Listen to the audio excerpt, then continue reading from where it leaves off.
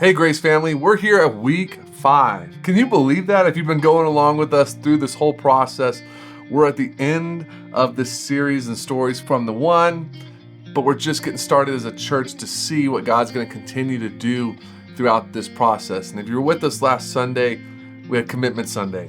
What a powerful day that was, where many of us came up and made our commitments that we've been working on and praying through over these past couple weeks. And if you weren't able to be there this Sunday, it's not too late.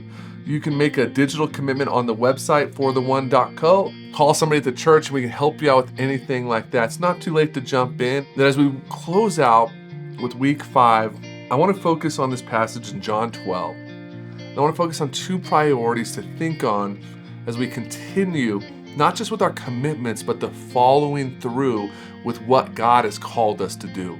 This is an interesting part of the journey. We spent weeks getting our hearts to the place, ready to respond to what God was calling us to, but now rubber meets the road.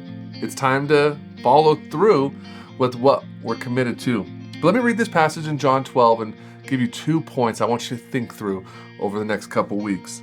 John 12:1 says this: 6 days before the Passover celebration began, Jesus arrived in Bethany. This was the home of Lazarus. And I'm sure you've heard of Lazarus and what Jesus had done for him. A dinner was prepared in Jesus' honor. Martha served, and Lazarus was among those who ate with him. Then Mary took a 12-ounce jar of expensive perfume made from the essence of nard, and she anointed Jesus' feet with it, wiping his feet with her hair. The house was filled with the fragrance. But Judas Iscariot, maybe some of you are looking ahead and you know the story of who this person is. This person, Judas, the disciple who would soon betray him, said, Jesus, that perfume was worth a year's wages. It should have been sold and the money given to the poor. What an interesting piece of scripture. When I read this scripture and I think of generosity and what this initiative really is, I think of this idea of priorities. What we see here is an expensive jar of perfume that had many other purposes. And if you read this passage a little further, you see Judas really didn't care about the poor. He was just making a point of, we could have done something else with that money or what that perfume was worth. And when I read this, I see priorities matter when it comes to generosity. And maybe for some of you who are practicing radical generosity and Christ has done something in you, and over the next year, you're going to be sacrificing things that aren't going to make sense to someone who's not in this. The people are going to say you could have had a vacation. You could have had more security.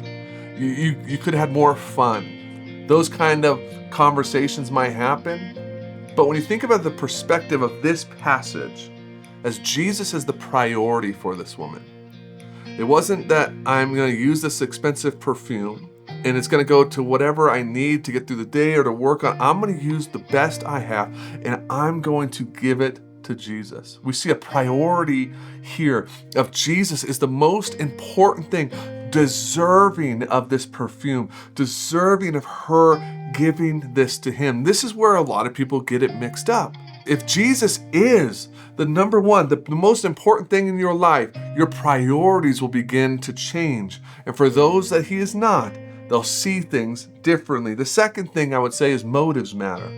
Priorities matter, number one. Jesus being the number one priority in your life. And second, motives matter. Motives matter. And I want to ask the question when it comes to this, are we motivated by a genuine love and worship? Or are we sometimes motivated in the realm of generosity as if it's transactional? Am I motivated to have a heart for generosity because my number one priority is Jesus? And that's it. And I'm called to continue this life of generosity, to continue to pour myself out because he is everything. Or am I motivated, sometimes if we're honest, when it comes to generosity, as if it was transactional? That if I do this, Jesus will do this. If I commit to this, Jesus is going to show up like this. And here's the truth. He is. Jesus shows up in our life all the time. But we don't want to approach this with a transactional mindset. We want to approach this with a mindset and a heart of worship and a motive of worship. I think of my kids. My kids do this all the time. they'll run out in the morning, they'll give me a hug, and they'll say, Daddy, Daddy, I love you. And I love it. It's my favorite moment. I hold them tight. And then sometimes they'll say, Daddy, I love you so much. You're the best. You're the best dad ever. And okay, thank you. And then they'll say, can I have a treat for breakfast?